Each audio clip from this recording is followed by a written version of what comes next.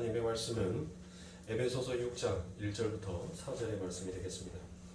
에베소서 6장 1절부터 4절의 말씀 다 찾으신 줄 알고 함께 한 목소리로 봉독하여 올리도록 하겠습니다. 자녀들아, 주 안에서 너희 부모에게 순종하라. 이것이 옳으니라. 내 아버지와 어머니를 공경하라. 이것은 약속이 있는 첫 계명이니 이로써 내가 잘되고 땅에서 장수하리라. 또 아비들아, 너희 자녀를 노엽게 하지 말고 오직 주의 교훈과 훈계로 양육하라. 아멘. 자, 자녀들아 부모들아라는 그 두 번째 시간을 함께 갖도록 하겠습니다. 그래서 제가 휘파쿠오, 순종하다라는 이 휘파쿠오가 무슨 뜻인지에 대해서 여러분들에게 말씀드렸죠. 그게 무슨 뜻이었다라고 여러분들 알고 계십니까? 무엇 아래에서 주의 깊게 듣고 따르다라는 그와 같은 얘기입니다. 그리고 이전에 나오는 공경하라라고 되어 있는 것이 바로 티미오라고 말씀을 드렸습니다. 이 티미오라는 것은 사상의 통제와 사상의 지배까지도 받는다라는 것을 여러분들에게 말씀을 드렸죠. 그러면 성경에서 왜 우리가 부모에게 순종을 해야 하는지에 대한 이유를 우리가 지난 시간에 함께 찾아봤습니다. 첫 번째 그 이유가 무엇이었습니까? 바로 우리가 지금까지 본 것처럼 그것은 하나님의 자연 질서, 창조의 질서이기 때문에 하나님께서 부모에게 순종하라, 공경하라라는 이와 같은 말씀을 하셨습니다. 두 번째로 부모를 공경하고 부모에게 순종하는 것이 하나님의 명령이기 때문이다라고 우리가 함께 은혜를 나누었고, 그에 대한 성경의 말씀이 마태복음 15장 4절과 디모데전서 5장 4절에 그와 같은 말씀이 근거가 되어서 나왔다라고 제가 여러분들에게 말씀을 드렸습니다. 그리고 세 번째, 부모님은 하나님께서 우리들에게 하나님의 대리인으로서 주신 분들이기 때문에 우리는 부모에게 복종해야 한다라고 말씀을 드리면서 제가 누구의 비유를 말씀을 드렸습니까? 에서와 야곱에 대한 비유를 여러분들에게 설명하여 말씀을 드렸습니다. 이처럼 하나님께서는 우리들의 삶 가운데 있어서 반드시 그 부모에게 순종하는 것과 그 공경함을 통하여서 하나님 앞에 영광을 돌림이 무엇인지를 우리들에게 가르치고 계시는 것입니다. 그래서 우리 예수님께서도 부모에게 순종하였죠. 부모에게 복종하였다라고 제가 말씀을 드렸습니다. 그렇죠? 그 절기가 되어서 부모의 손을 잡고 예수님께서 어디로 올라가십니까? 예루살렘 성전에 있는 그날이 바로 무엇이 있었던 것이었죠? 유월절이 있었기 때문에 그 제사를 지내기 위해서 그 예수님께서 부모의 손을 잡고 올라갑니다.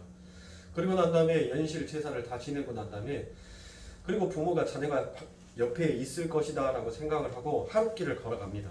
그리고 난 다음에 자녀가 없는 것을 생각을 하고 그때서 하룻길을 다시 되돌아와서 그 성전에 갔더니 거기에 예수가 많은 사람들 앞에서 말씀을 가르치기도 하고 그들의 말씀의 질문에 대한 질문도 하면서 그들과 함께 있었다라는 것입니다.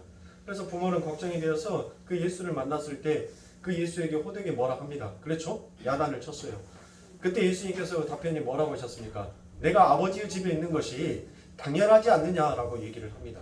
그러나 육신의 부모는 그 예수가 하시는 말씀이 무슨 뜻이 있는지를 알지를 못합니다. 그리고 그 예수님께서는 다시 가자라는 그와 같은 부모 명령에 예수님께서는 안 됩니다라고 말을 하지 않냐고 예하면서 그 부모가 원하시는 그와 같은 길을 가셨습니다. 자, 이처럼 우리 예수님께서는 이 세상 가운데 있어서 우리 인간이 전부 다 실패해놨던 그 율법을 하나씩 우리 예수님이 이 땅에 오셔서 전부 다 뭐 하셨어요? 이루고 가시는 길이었었습니다. 그러니까 여러분들이 이스라엘 백성들이, 자, 우리 예수님께서 이처럼 하늘에 하나님께 복종하는 것이 무엇인지를 그 예수님께서 육신의 부모에게 순종하고 복종했다라는 히포타스와 제가 그것을 말씀드렸잖아요. 복종하는 것과 순종하는 것과 공경하는 것을 우리 예수님께서 보이셨단 말이에요. 보이시고 난 다음에 그 하늘의 율법이 무엇인지를 다 완성하시었고 그 완성된 율법을 우리들에게 뭐하여 주셨죠? 전가시켜 주었습니다. 그렇죠? 그러면 이처럼 이제 이렇게 얘기를 하면 우리는 이제 전부 다 예수님께서 율법을 다 이루었다라는 이와 같은 완성으로서 우리들에게 주어진 물에 인해서 차치 낙관주의를 만들고 있는 것은 아닌가라는 그와 같은 생각들을 합니다. 왜? 우리가 더 이상 할 것이 없다라는 거죠. 더 이상 아무것도 안 해도 된다는 거죠. 여러분들 보십시오. 과연 성경이 그런 것으로서 끝납니까? 여러분들이 이스라엘 백성들을 보면 하나님께서 분명히 그 이스라엘 백성들을 선택하였지만 하나님이 일하셨지만 하나님께서 그들을 출애굽에서 건져내시고 그들을 발을 통하여서 홍해를 건넜습니다. 예수님께서 구름 태워서 하나님께서 구름 태워서 당신 백성들을 홍해를 건너게 했어요? 아니면 회오리 바람으로 후 불어서 그 백성들을 전부 다 그 바람 속에 집어넣어가지고 그 홍해를 가르면서 그 백성들을 한순간에 뚝딱 하고 이 자리에 내려놨습니까? 아니죠. 하나님께서는 분명히 모든 일을 해놓으셨습니다. 그들이 건널 수 있는 마른 땅을 마련하였었고 그 마른 땅을 통하여서 그들의 발을 통하여서 그 마른 땅을 걸어가는 그와 같은 일을 했다는 것을 여러분들 분명히 기억하실 것입니다. 우리 예수님께서 모든 것을 다 이루어 놓으셨지만 분명 우리들의 삶 가운데에서도 이처럼 예수님께서 하신 그 일에 대한 전가가 우리들의 삶과 우리들의 인생에 반드시 드러나고 나타나게끔 되어 있다는 것입니다. 그게 무엇이겠어요? 그게 신앙생활이에요. 내 삶 가운데 있어서는 도저히 그와 같은 일들이 그런 삶이 내 삶 가운데 펼쳐지지 아니할 것 같은데 여러분들 신앙의 걸음들을 돌아보고 내가 눈을 떠보고 내가 정말 불가능하다라고 생각했던 그 길에서 내가 뒤를 되돌아보니 나의 흔적들이 전부 다 예수 그리스도의 그 피의 흔적으로 남아있더라라는 것입니다. 자, 그래서 여러분들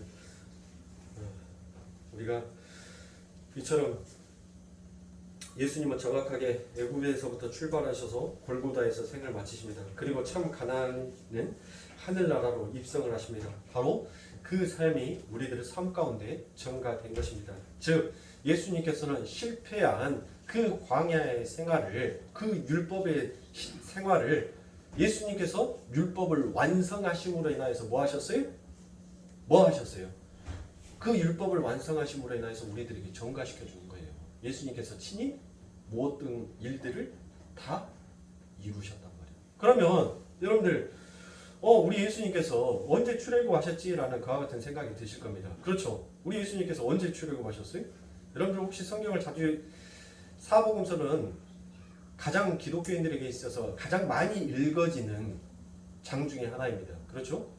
이 사복음서는. 그러면 사복음서를 여러분들이 읽으셨다면 우리 예수님께서 언제 출애굽했다가 언제 올라오시는지 여러분들 분명히 나와 있습니다. 어디에 나와 있어요? 우리 예수님께서 헤롯의 칼을 피해서 애굽으로 피신하셨다가 그 애굽에서 다시 가나안으로 돌아오셨다는 것을 여러분들이 기억하실 것입니다. 성경은 그 사실을 가리켜서 호세아서를 인용하여서 내가 애굽에서 내 아들을 불렀다라는 말씀을 이루려 한 것이다라고 표현을 하고 있습니다. 자, 호세아서 11장 1절에 보면 이스라엘이 어렸을 때 내가 사랑하여 내 아들을 애굽에서 불러내었거늘 이라라고 이처럼 얘기를 하십니다. 분명하죠? 예수님은 영적 이스라엘인 교회의 삶을 하루하루 성공적으로 살아서 우리 교회에게 덧입혀 주시고 가신 것입니다. 그럼 우리 믿음의 조상인 아브라함은 언제 여러분들 출애굽했겠습니까? 아브라함이 출애굽한 적이 있어요? 있어요? 있나요? 없나요? 여러분들 잘 모르시겠죠? 창세기 13장 1절에 보면 아브라함이 애굽에서 나흘새 그와 그 아내와 모든 소유로 롯도 함께하여 남방으로 올라가니라고 되어 있습니다. 가나안 땅에 기근이 들었을 때 아브라함이 애굽으로 갔다가 아내 사라 때문에 곤욕을 치르고 애굽에서 다시 가나안으로 돌아오는 사건이 있습니다. 그게 바로 출애굽한 사건입니다. 그럼 이스라엘이라는 이름을 최초로 받았던 야곱은 여러분들 출애굽한 적이 있나요, 없나요? 있지요. 언제요? 어디에서요? 바로 야복 강가를 건너기 전에 하나님께서 찾아오십니다. 하나님께서 찾아오셔서 뭐를 하죠? 그와 씨름을 합니다. 그런데 이 야곱이 좀처럼 하나님이랑 씨름을 하면서 지려고 하지를 않아요. 그래서 하나님께서 그의 환대뼈를 침으로 인하여서 하나님께서 그를 뭐 합니까? 굴복시키죠. 복종을 시켜버린단 말이에요. 그리고 그 복종으로 인하여서 그 환도뼈를 침으로 인하여서 이제 야곱은 이스라엘이라는 이름으로 바뀌게 되었고 그 이스라엘이라는 이름을 가지고 그는 평생 하나님을 의지하면서 그와 같은 삶을 살았습니다. 그리고 모세와 이스라엘을 출애굽을 했던 것처럼 새 하늘과 새 땅에 들어가게 될 영적 이스라엘을 상징하는 세 사람 60만과 여호수아도 역시 그들의 삶 속에서 출애굽을 한 경험이 있습니다.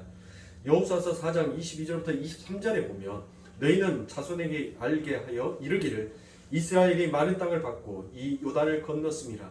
너희 하나님 여호와께서 요단물을 너희 앞에 마르게 하사 너희로 건너게 하신 것이 너희 하나님 여호와께서 우리 앞에 홍해를 말리시고 우리로 건너게 하심과 같았나니라고 되어 있습니다. 자 보십시오. 1차 하나님께서 이 출애굽을 해서 그의 백성들을 건져내십니다. 그리고 그들의 광야에 40년의 인생을 살기 전에 그들 앞에 놓여 있었던 것은 무엇이었습니까? 홍해가 있었어요. 근데 그 홍해를 하나님께서 마른 땅이 되었게 해서 그들이 건너갑니다. 그러나 그들은 연실 하나님을 의지하는 자가 아니라 자기를 의지하는 자로 자기의 영광을 되찾기 위해서 연실 자기 것을 챙기면서 사는 자로 살아요. 그래서 하나님께서는 그들을 죽이시고 그리고 난 다음에 오직 그 속에서도 그 수없이 많은 인구들 속에서도 아주 극히 작은 숫자 그 60만만 하나님만을 모아들라는 것이에요. 하나님의 긍휼과 하나님의 은혜로서 그들에게 하나님께서 의로운 피를 다시 뿌려주심으로 말미암아 그들이 가나안을 향해서 들어가게 되는데 그들에게도 똑같이 우리의 선조들처럼 그들 앞에는 지금 뭐가 놓여 있었습니까? 요단강이 놓여 있어요. 그런데 여러분들 이 가나안을 들어가려고 할 때 이 요단강이 여러분들 이 백성들이 들어가려고 할 때 수위가 가장 높을 때였어요. 그러니까 요단강이 여러분들 뭐 이렇게 겨울철이 되면 발목까지밖에 안 돼요. 발목, 복숭아뼈밖에 안 되는 그 물이 이제 점점 이제 우기로 접어들면 들수록 이 악구까지 차는 거예요. 목까지. 이 목까지 물이 차요. 지금 이 백성들이 그 가나안 땅에서 들어가길 때는 이미 물이 어디까지 차 있는 거예요? 아구까지 차 있는 거예요. 아구까지. 그런데 하나님께서는 신기한 일을 거기서 나타내시죠. 하나님의 말씀이 그들의 삶 가운데 먼저 앞장서게 되니까 마치 홍해의 사건처럼 그 요단강이 마른 땅이 되어서 갈라지게 되더라는 것입니다. 바로 그때 여러분들 그 모든 사람들이 출애굽을 했습니다. 자, 예수님도 역시 광야에 40년을 사셨습니다. 그리고 우리 교회가 광야에서 실패한 모든 삶을 완전하게 완성시켜서 우리에게 전가시켜 주신 것입니다. 그 삶을 전가받은 자들은 반드시 그분의 삶을 추구하게 되어 있습니다. 다윗의 삶을 보면 우리가 예수 그리스도의 삶을 따라 살게 된다는 것을 쉽게 알 수 있습니다. 시편 22편 1절부터 8절에 보면 내 하나님이여 내 하나님이여 어찌 나를 버리셨나이까 어찌 나를 멀리하여 돕지 아니하시오며 내 신음하는 소리를 듣지 아니하시나이까 나는 벌레요 사람이 아니라 사람의 회방거리요 백성의 조롱거니이다. 나를 보는 자는 다 비웃으며 입술을 삐죽이고 머리를 흔들며 말하되 저가 여호와께 의탁하니 구원하실 걸 저를 기뻐하시니 건지실 걸 하나이다.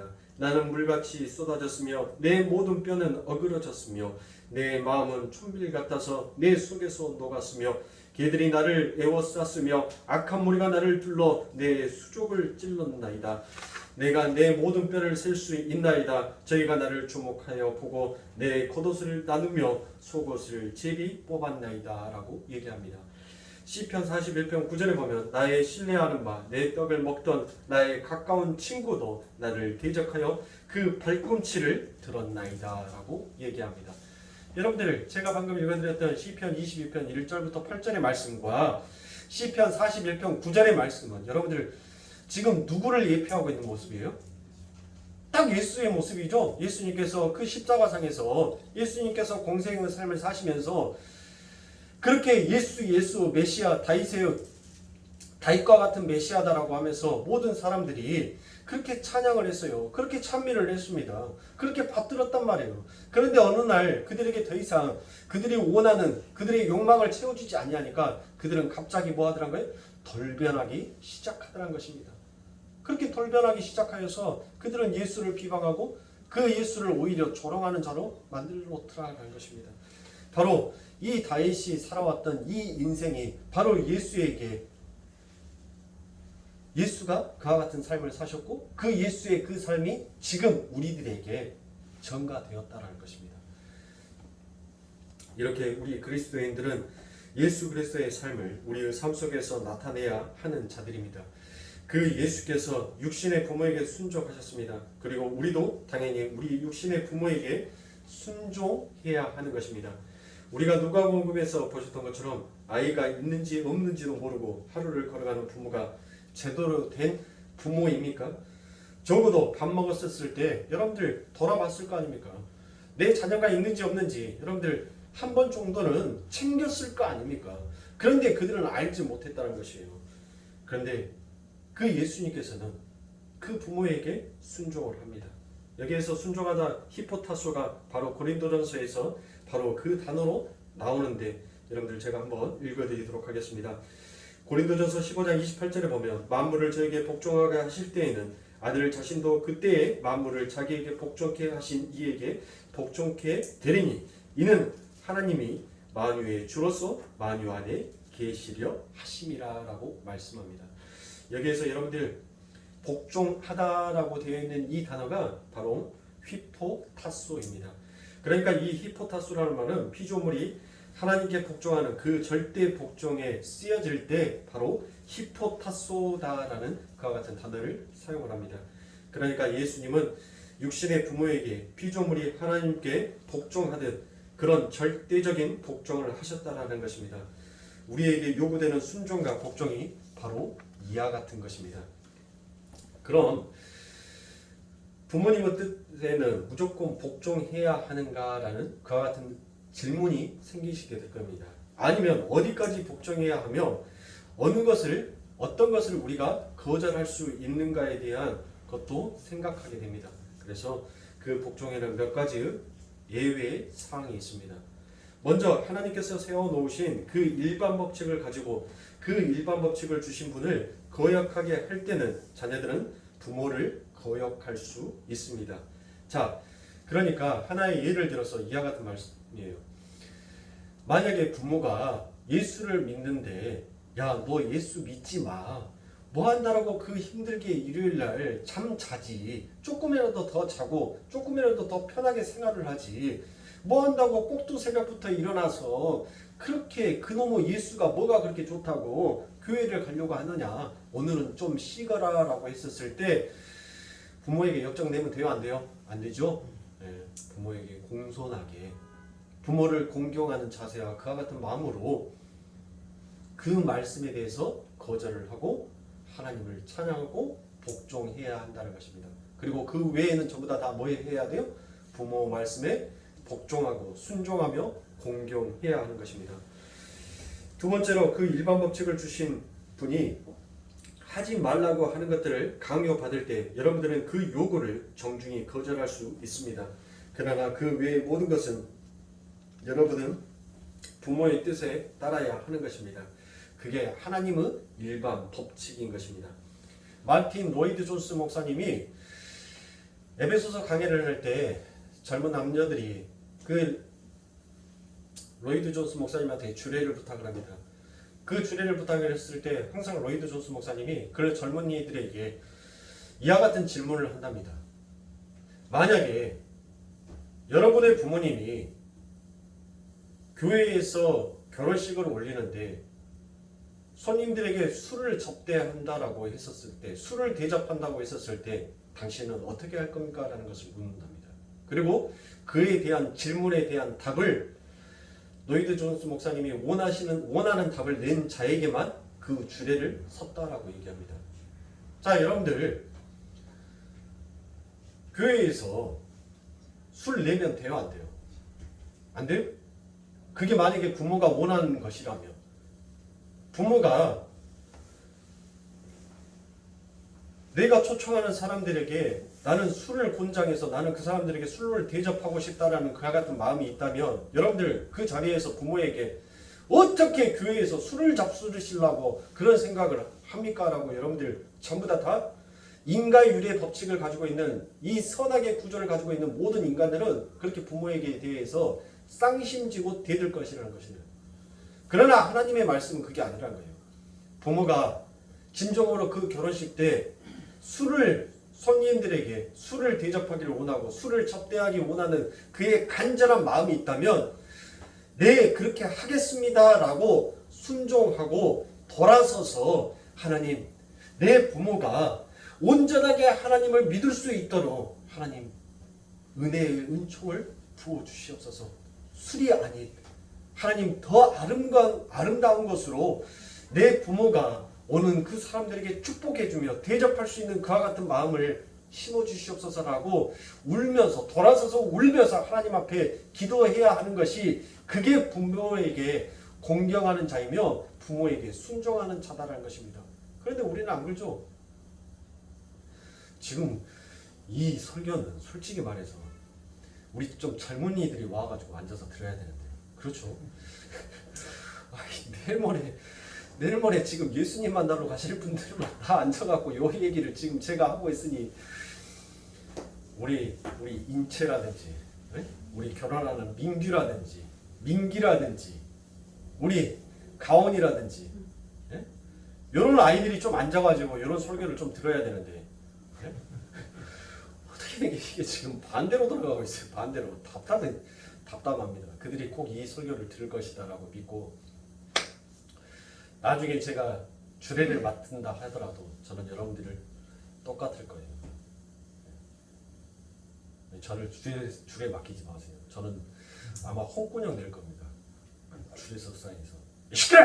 하고 15분 무슨 15분 추가비용 내가 내릴 테니까 15분 뭘 15분만 쓰라고 네가 뭔데 나한테 15분만 하라고 가고 그냥 시끄러!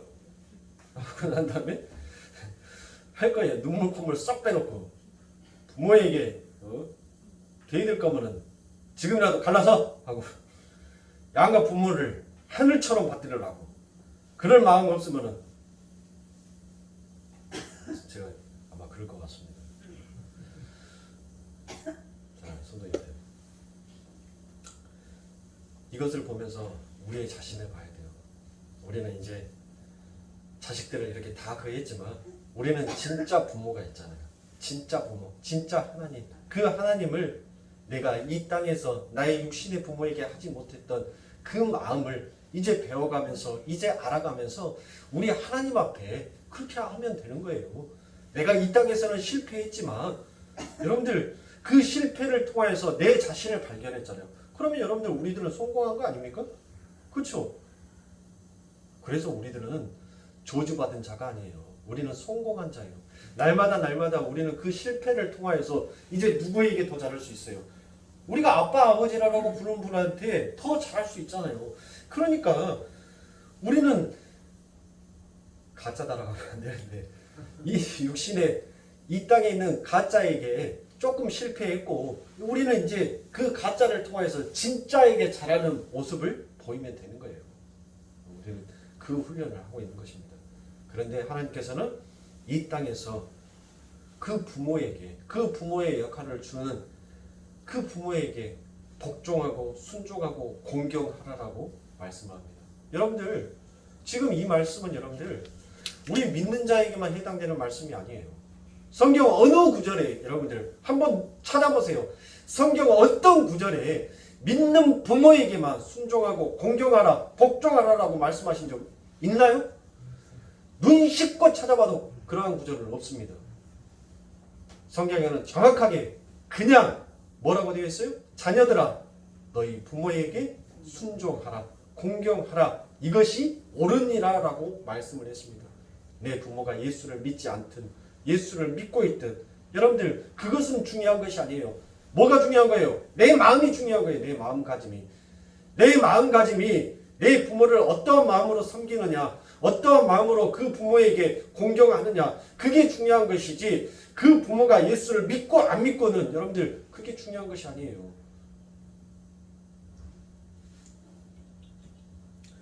그래서 우리 예수님께서도 그래서 우리 예수님께서도 반드시 우리가 회복해내야 하는 너무나도 소중한 하나님의 명령으로서 이처럼 너희 부모에게 공경하라, 순종하라라는 이와 같은 명령을 이 지상에 우리들에게 주신 것입니다. 그런데 우리가 마땅히 해야 할 것들을 하지 않는다면 그건 다 필요 없다고 정확하게 하나님께서는 우리들에게 말씀하고 계십니다.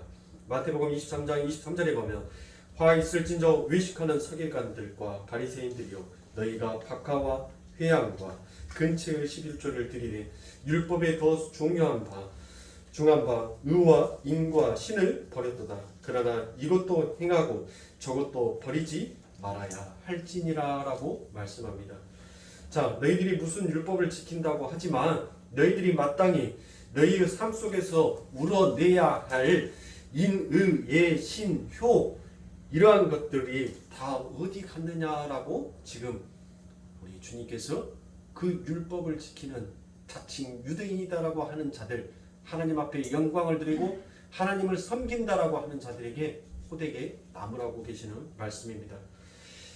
마가복음 7장 10절부터 13절에 보면 모세는 내 부모를 공경하고 또 아비나 어미를 회방하는 자는 반드시 죽이리라 하였거늘 너희는 가로되 사람이 아비에게나 어미에게나 말하기를 내가 드려 유익하게 할 것이 고른 바 곧 하나님께 드림이 되었다고 하기만 하면 그만이라 하고 제 아비나 어미에게 다시 아무 것이라도 하여 드리기를 허하지 아니하여 너희의 전한 유전으로 하나님의 말씀을 폐하며 또 이 같은 일을 많이 행하느니라 하시고라고 되어 있습니다.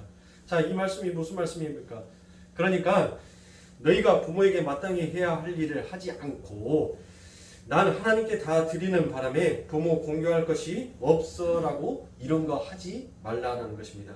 다시 말해 종교 행위 한답시고 부모에게 해야 할 마땅한 일들을 하지 아니하는 것은 하나님의 말씀을 폐하는 것과 똑같다라고 것입니다. 그래서 여러분이 정말 훌륭한 신앙인이라면 부모를 무시하는 자가 되어서는 안 되는 것입니다. 하나님은 성경 어디에서도 믿는 부모에게만 순종하라고 말씀하신 적이 없기 때문인 것입니다.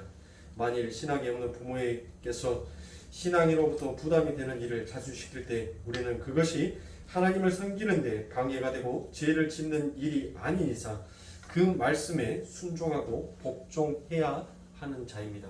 그리고 부모의 구원을 위해 목숨을 걸고 달려들어 기도해야 합니다. 하나님은 그리스도인에게 너희들이 원하는 것을 얻어내기 위해서 다른 사람이나 부모라 할지라도 반드시 너희의 것을 얻어내라고 말씀하신 적은 없습니다. 그러한 세상 중에서 구별되고 구원받은 우리만이라도 내가 하고 싶은 것, 내가 갖고 싶은 것, 하나님의 영광을 위해 포기하는 모습을 좀 보여줘야 하는 것이 우리들의 인생이 아니겠습니까?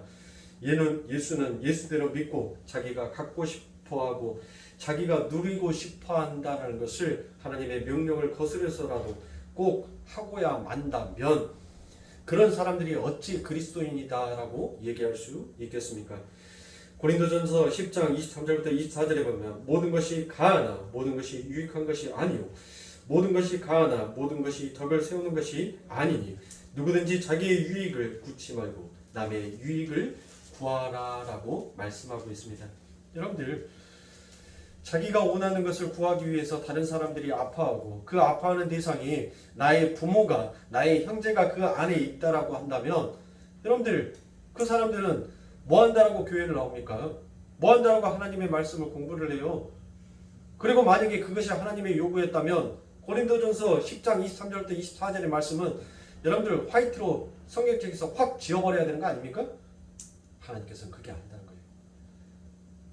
하나님께서 우리들에게 요구하시는 것은 오직 빌립보서 2장 3절의 말씀처럼 3장 2절인가요? 2장 3절인가요?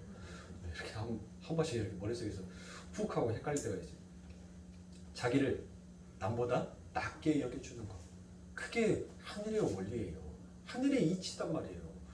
하나님께서 우리들에게 그것을 요구하는 거예요. 이 세상에서 너 혼자만 잘 먹고 잘 살아라고 하나님께서는 우리들에게 말씀하지 않으셨어요. 사랑하는 성도님들. 그래서 여러분들 우리들의 삶은 오직 그렇게 나를 희생시켜서 남을 살려내는 그 부모의 모습을 통하여서 나라는 존재가 무엇인지를 알아야 하는 것입니다. 만약에 여러분들 이렇게 하나님의 말씀에 복종하기보다 내가 내 앞날을 계산하고 오히려 하나님을 타이르려 한다면 여러분들 그 자가 바로 부모의 은혜를 모르는 자다라고 말할 수 있습니다. 그래서 여러분들이 정말 좋아하시는 바라크가 이제 뭐죠? 바라크가 복이에요. 그렇죠? 복. 그것을 다른 말로 또 뭐라고 말합니까? 네페시라고 하죠. 네페시. 그래서 제가 네페시, 하야다라는 그와 같은 말씀을 여러분들에게 해드렸던 것을 여러분들 혹시 머릿속에서 잠깐 기억하시려는지 모르겠습니다. 그렇죠? 네. 잠깐 기억하시려는지 모르겠어요. 남 신경 쓰지 말고 하나님 말씀에 집중해요. 하나님 말씀에. 남 신경 쓰지 마세요. 여러분들이 하나님의 말씀 앞에서는 하나님의 말씀만 집중하면 돼요. 천국은 내 삶 가운데 있어서 내 부모에게 공경하는 거지 말씀 앞에서는 여러분들 칼날처럼 냉정해야 돼요. 네? 지금 네페시라는 것은 여러분들 뭐예요? 네페시는 이 복은 그러니까 네페시는 존재잖아요. 존재, 네페시, 그러니까 이 사람들은 존재하는 자, 살아있는 자. 그렇죠. 근데 그 살아있는 자에게 복이 주어졌어요. 근데 그 복이 무슨 복이냐고요. 그러니까 하나님께서 우리들에게 복을 주셨는데 그 복이 어떤 복이에요? 바로 내가 존재한다라는 그 복을 받았다는 거예요. 그러니까 여러분들 보세요. 하나님께서 죽은 자에게 복 주신 거 봤어요? 죽은 자에게 복 주었어요? 하나님은 전부 다 존재하는 자, 살아있는 자에게만 뭐를 줘요? 복을 주셔요. 그렇죠? 그러니까 하나님께서 우리들에게 주시는 복은 무슨 복이에요? 내가 존재하고 있다라는 그 복. 그러면 여러분들 내가 지금 어떻게 존재를 하고 있어요? 내가 어떻게 존재를 하고 있어요? 내가 박혁거세입니까? 어느 날 갑자기 알에서 내가 뽕 하고 태어났어요? 아니죠. 우리는 하나님께서 허락하신 이 땅의 부모를 통하여서 나라는 존재, 나라는 실체가 만들어졌다는 것이에요. 그런데 그 부모를 업신여긴다면 여러분들 그것은 그리스도인이다라고 말할 수 없는 것입니다. 사랑하는 성도님들. 그래서 우리에게 주어진 가장 큰 복은 바로 존재하고 있는 나인 것입니다. 그래서 그걸 누가 주셨다라고요? 바로 하나님께서 내 부모를 통해 주셨다는 것입니다. 우리가 어떻게 저 천국을 갈 수 있게 되었습니까? 내 행위로 갈 수 있습니까? 내 지식으로 갑니까? 바로 우리가 예수를 온전하게 믿었기 때문에 우리는 그 천국을 갈 수 있는 것입니다. 마치 그와 같은 것처럼 여러분들 우리가 예수를 믿는다라는 것은 죽어있는 자는 절대 예수를 믿을 수가 없어요. 오직 산 자만이, 살아있는 자만이 예수를 믿을 수 있습니다. 죽은 자는 믿을 수가 없어요. 마을동 묘지에서 여러분들 한번 외쳐보십시오. 광야에 외치던 자 소리처럼 한번 외쳐보세요. 여러분들 마을동 묘지에서 예수 믿으면 천국, 안 믿으면 불지옥 하면서 그렇게 외치는 사람 봤어요?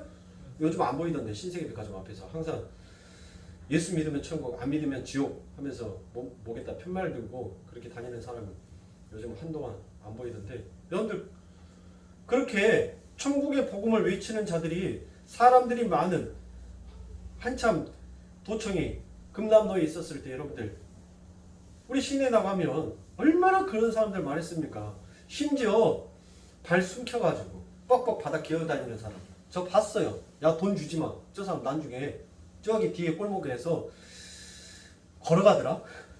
제가 그랬어요. 야, 오 바닥 그렇게 기어다니는 것도 하루 종일 그 더운데 그 뜨거운 여름날 바닥 기는 것도 힘들 건데 돈 버는 것도 가지가지다. 야, 저 사람 지도 더운가 좀 일찍 퇴근하더라. 제가 그랬다니까요. 제가 고등학교 때 양양학원을 다녔거든요. 양양학원을 다니니까 시내랑 가깝잖아요. 봐요 그런 사람들을. 그런데 여러분들 보세요. 그렇게 광주 우체국 앞에서 도청 앞에서 예수 믿으면 천국, 안 믿으면 지옥이라는 그와 같은 외침을 사람들이 많이 있는 곳, 살아있는 자가 움직이는 곳, 그곳에서 외쳤어요. 죽어있는 자들에게서 외친 것이 아니란 말이에요. 망월동 묘지 가서 외치는 것이 아니에요. 지금은 저는 이 땅에 있는 것을 가지고 얘기를 해요. 영에 있는 거 가지고 얘기하면 말씀이 반대로 흘러가겠죠? 네, 말씀이 반대로.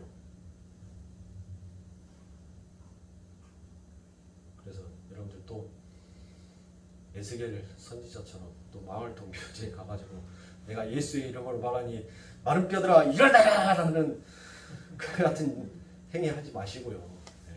그런 일 제발 하지 마시고 성경을 온전하게 읽으시면 성경을 진짜로 제대로 말씀을 읽으면 마른 뼈가 나였고 죽은 시체와 같은 자가 나였고 그런 자를 하나님께서 이제 존재하는 자, 사는 자, 살아있는 자로 나를 일으켜 세우셨구나라는 것으로 거기에서 그쳐야지. 믿음은 행하면 야고보서의 말씀 가지고 그거 행한다고 5.18 공동묘지에 가가지고 에스겔 말씀처럼 마른 뼈들아 일어나라 라고 외치면 여러분들 저 죽이는 거예요. 저 앞날 창창해요. 아직 강대상에서 선포해야 될 말씀 많아요. 그러니까 우리 교회는 그런 거 하실 분들이 없지만 우리가 사랑하는 성도님들 바로 내가 이렇게 존재하는 그 존재의 이유는 바로 내 부모를 통하여서 내가 존재를 하게 됐고 그 부모는 바로 우리 하나님께서 우리들에게 허락하여 주시고 만들어 주셨다라는 것입니다. 그런데 이런 은혜를 모르고 항의하는 사람들은 정말 사람도 아닌 것입니다. 로마서 13장 1절부터 7절에 보면 각 사람은 위에 있는 권세들에게 굴복하라. 권세는 하나님께로 나지 않음이 없나니 모든 권세는 다 하나님이 정하신 바라. 그러므로 권세를 거스리는 자는 하나님의 명을 거스림이니 거스린 자들은 심판을 자취하리라. 그는 하나님의 사자가 되어 내게 선을 이루는 자니라. 그러나 내가 악을 행하거든 두려워하라. 그의 공연이 칼을 가지지 아니하였으니 곧 하나님의 사자가 되어 악을 행하는 자에게 진노하심을 위하여 보응하는 자니라. 너희가 권세를 바치는 것도 이를 인함이라. 저희가 하나님의 일꾼이 되어 바로 이 일에 항상 힘쓰니라. 모든 자에게 줄 것은 주되 공세를 받는 자에게 공세를 바치고 국세를 받는 자에게 국세를 바치고 두려워할 자를 두려워하며 존경할 자를 존경하라라고 말씀하십니다. 자, 여기에서 여러분들 위에 있는 권세다라고 되어 있는 이 말씀이 바로 누구냐면 로마서입니다. 이 로마를 가리켜서 위에 있는 권세에 굴복하라라고 말합니다. 당시 로마 권세는 기독교를 뭐 하는 데 있었습니까? 바로 비파가는 권세에 있었습니다. 그런데 하나님의 명령이 뭐라고 얘기를 합니까? 야, 너희들 폭동을 일으켜 반역을 일으켜 그렇게 얘기를 하십니까? 아니죠. 너희들은 그 권세에 복종하라, 굴복하라라고 얘기를 합니다. 그리고 그들이 너희들에게 만약에 돈을 요구하거든 뭐까지 바치라고요? 돈까지도 바치라라고 얘기합니다. 아니 하나님, 지금 저들은 예수를 믿는 자를 박해하고 있지 않습니까? 그런데 어찌 저들에게 하나님 우리가 굴복하라라고 말씀하십니까? 그리고 어찌 저들에게 그들은 지금 기독교를 비판함으로 인하여서 그들의 불은 하늘을 찌를 만큼 높아져 가고 있는데 왜 하나님 오히려 헐벗고 가난한 자에게 하나님 저들의 것을 털어도 못 먹고 못 사는 당신의 백성들에게 지금 쏟아 부어도 부족할 판국에 어찌 저들에게 하나님 돈을 또 바치다라고 그렇게 얘기를 하실 수가 있습니까? 라고 우리는 이처럼 생각할 수가 있어요. 그런데 하나님께서는 그 반대인 것이에요. 그건 무엇이겠습니까? 어떤 것을 우리 하나님께서 요구하셨겠어요? 우리의 마음은 항상 지혜를 향하여서 달려가는 우리의 마음. 그래서 이 세상이 정말 제약되고 정말 야 내가 추접시할 거 던지려서 안 먹어 우리 그런 말 하죠? 응? 바로 그거예요.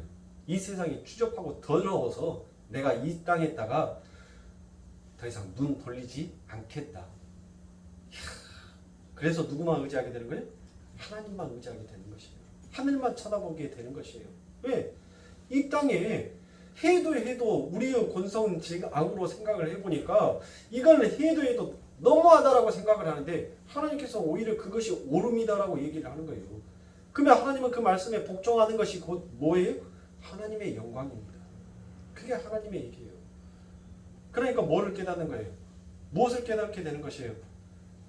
그 로마, 그 권세 있는 그 권세 앞에 여러분들이 무릎 꿇는 것처럼 보이지만, 여러분들이 잠시 굴복하고 복종하는 것처럼 보이지만, 여러분들 그 삶을 통하여서 이 세상에 대한 회의감을 느끼게 되고, 그 회의감을 통하여서 오직 하나님이 계신 그 하늘나라만을 더욱더 소망하고 더욱더 간절히 바라며 하나님만을 의지하게 되더라는 것입니다.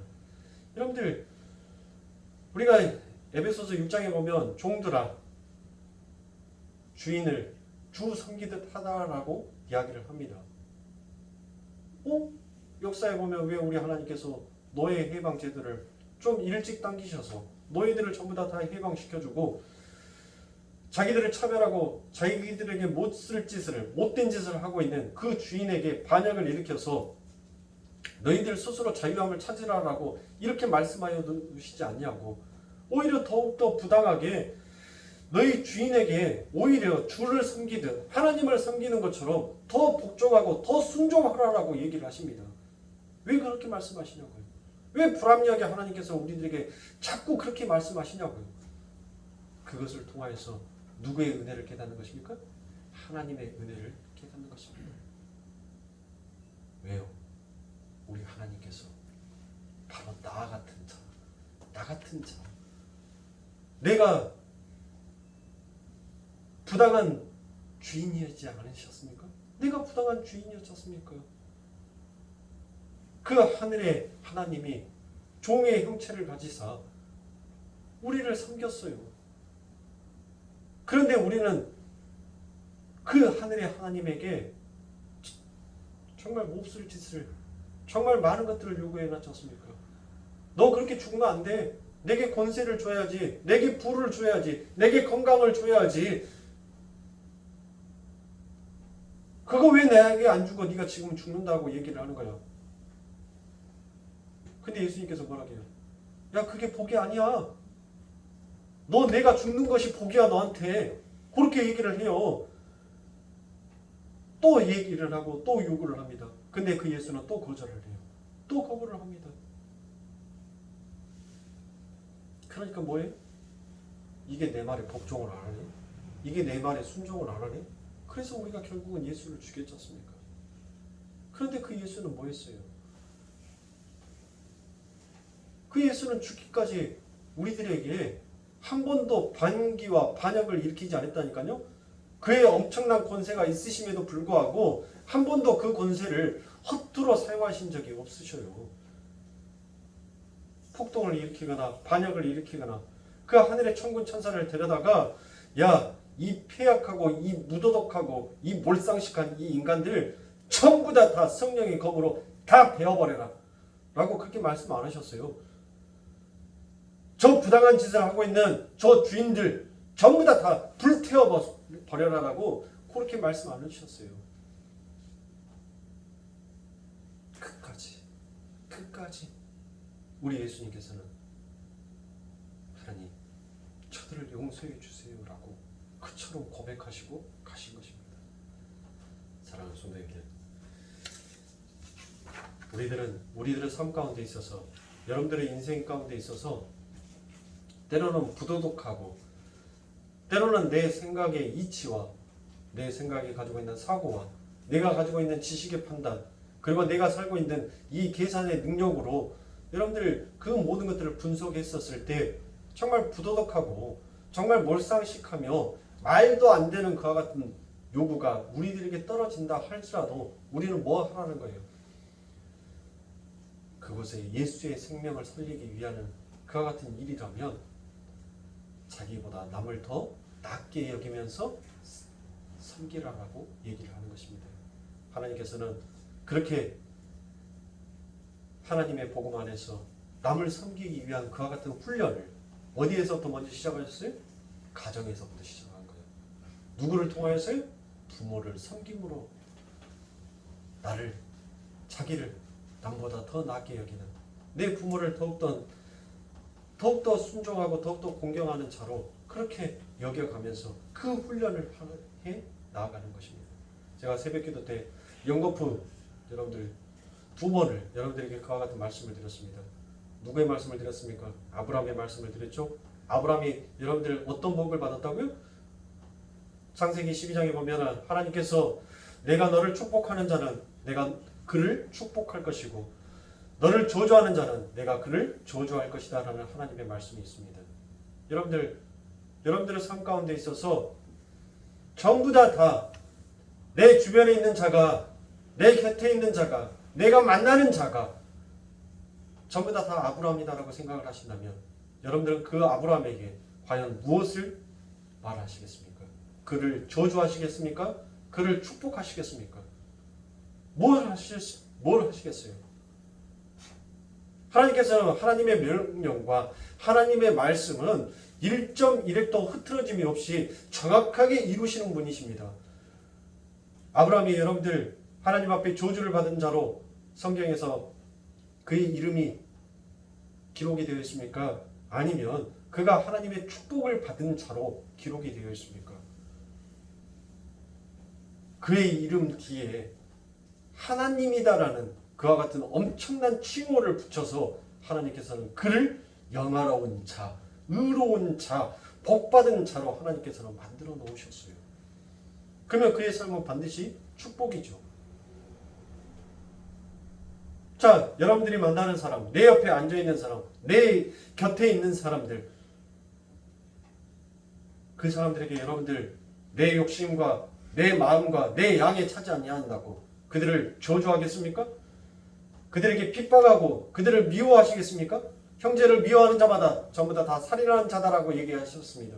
그것은 저주의 말씀이에요. 내 형제를 사랑하는 것 그 외에 나머지 것을 행하면 그것은 전부 다 뭐가 되는 거예요? 저주인 것이에요. 그 저주는 누구에게 돌아온다고 했어요?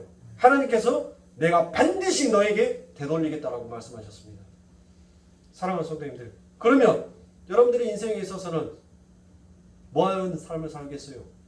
만나는 사람마다 축복해 주는 삶을 사시겠죠? 그것을 지금 어디에서 훈련하는 거예요? 가정에서부터 훈련하는 거예요. 그걸 누구를 하나님처럼 섬기면서 내 부모를 하나님처럼 섬겨가면서 그 축복을 내 후대에게 물려주기 위해서 우리는 그 훈련을 하고 가는 거예요.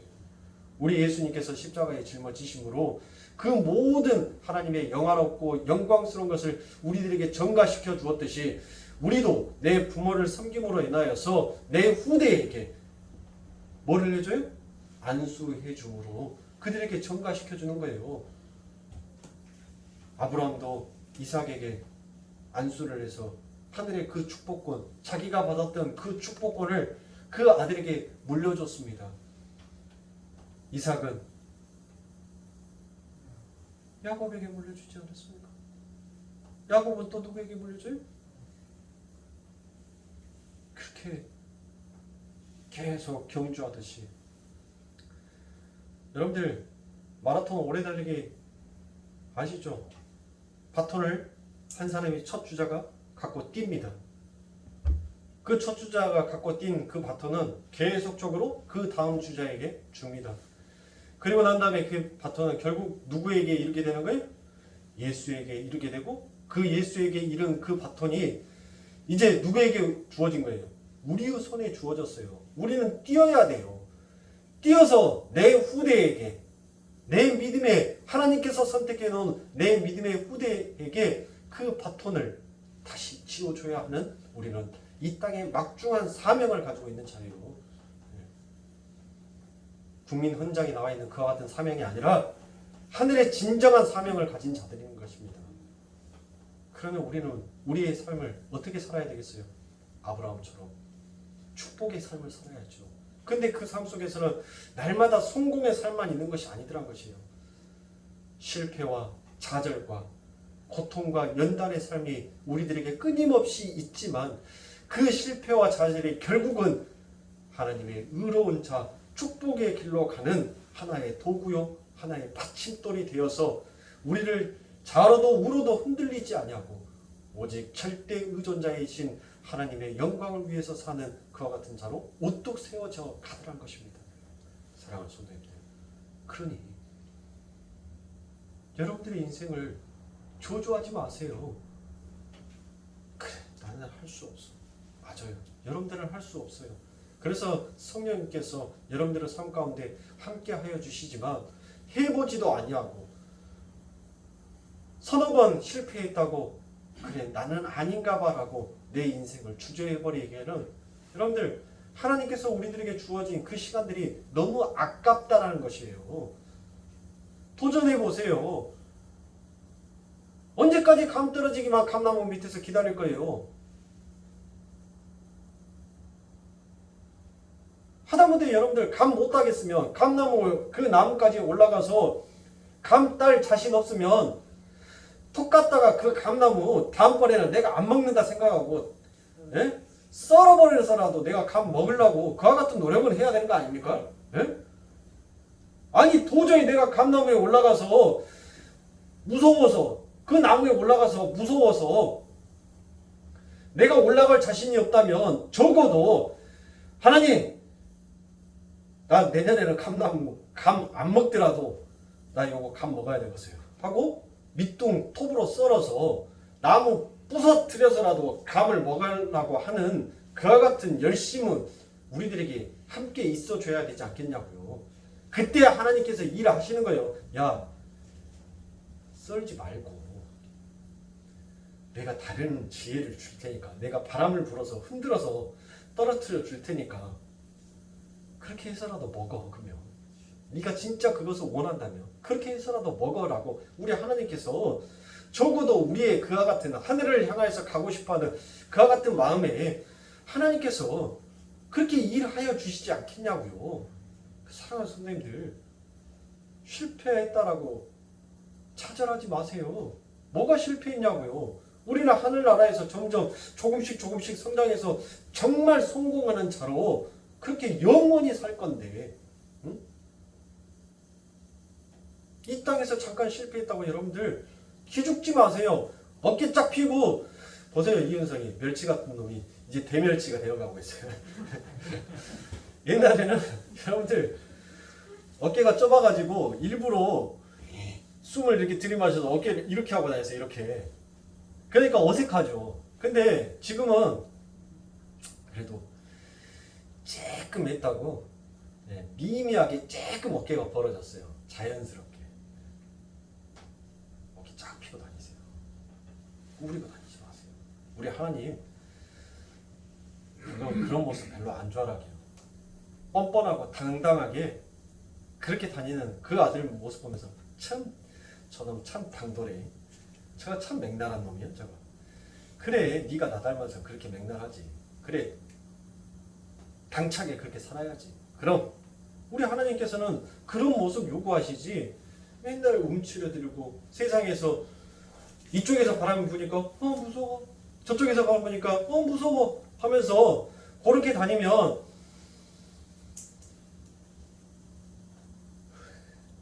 마스크를 써서 다니지. 육신의 말 갖고는 딱 뭐라고 나요? 얘기 보지란 놈. 천군 천사가 우리 곁에 있어요. 천군 천사. 네? 그 천사가 우리를 호위하고 있는데 뭐가 두려우시세요? 뭐가 무서우세요?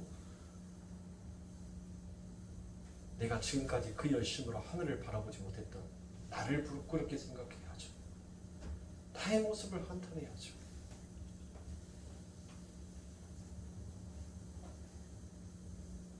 사랑하는 성도님들, 제가 어제 우리 신상이를 조금 야단을 쳤습니다. 그래놓고 자식을 보내놓고 난 다음에 소파에서 혼자서 앉으면서 그 자식의 모습으로 사진을 놓고 제 거울 삼아서 저를 비춰서 봤어요.